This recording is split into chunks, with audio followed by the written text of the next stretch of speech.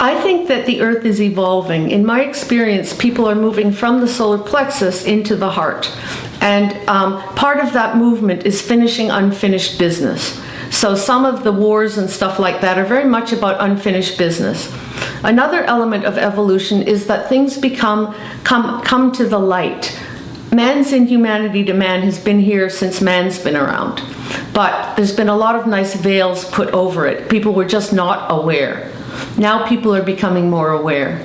Therefore, they're needing to become more responsible for it.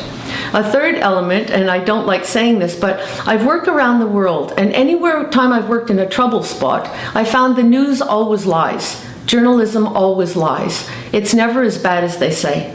And for example, I work in Egypt, and when Morsi took over, sorry, I'm not expressing myself clearly, but Morsi got deposed, and then the Sisu took over, the General Sisu, and there were mass demonstrations for Sisu, like millions of people, and it was such a joyful time in Egypt. I never heard that on the foreign news.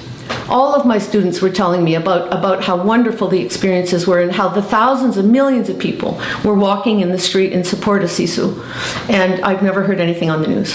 When I worked in Northern Ireland, that was the trouble spot. And again, it was never as bad as it was mapped out to be. In general there, people knew if there was going to be trouble and they just stayed away from it.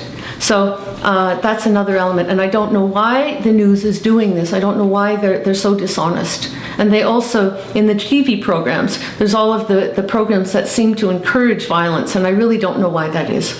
I do see that in general humanity is evolving, and this is part of, again, going below the surface and bringing what's below the surface up to light, and also bringing the light of the soul into man's inhumanity to man. And to do that, you have to become aware of it.